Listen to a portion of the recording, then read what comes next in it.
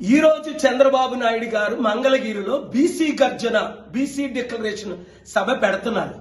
40 సంవత్సరాల రాజకీయ నాయకుడిగా 14 సంవత్సరాల ముఖ్యమంత్రిగా బీసీలకి న్యాయం చేయాలని ఆయనకి మనసు రాలేదా, తలంపు రాలేదా?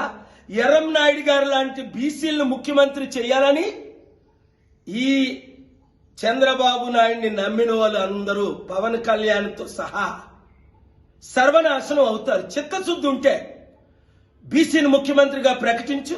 ఏం మనం 60% ఉన్నాం, అర్హులం కాదా? బీసీలో 3% ఉన్నోళ్ళే అర్హులా?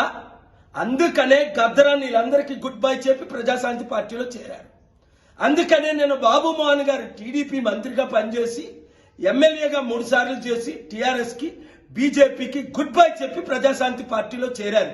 చిత్తశుద్ధి ఉన్న ప్రతి ఒక్కరు బీసీలందరూ ఎస్సీ ఎస్టీ క్రిస్టియన్ ముస్లిం ఏకము కండి ప్రజాశాంతి పార్టీని గెలిపించండి. నన్ను విశాఖపట్నం ఎంపీగా గెలిపించండి, లేదా నన్ను బీసీలో ముఖ్యమంత్రిగా చేయండి. అభివృద్ధి అంటే చేసి చూపిస్తా, అప్పులు తీర్చుతా. కదిలి రండి, మోసపోకండి. ఈ దొంగల ముఠా నుంచి బయటికి రండి.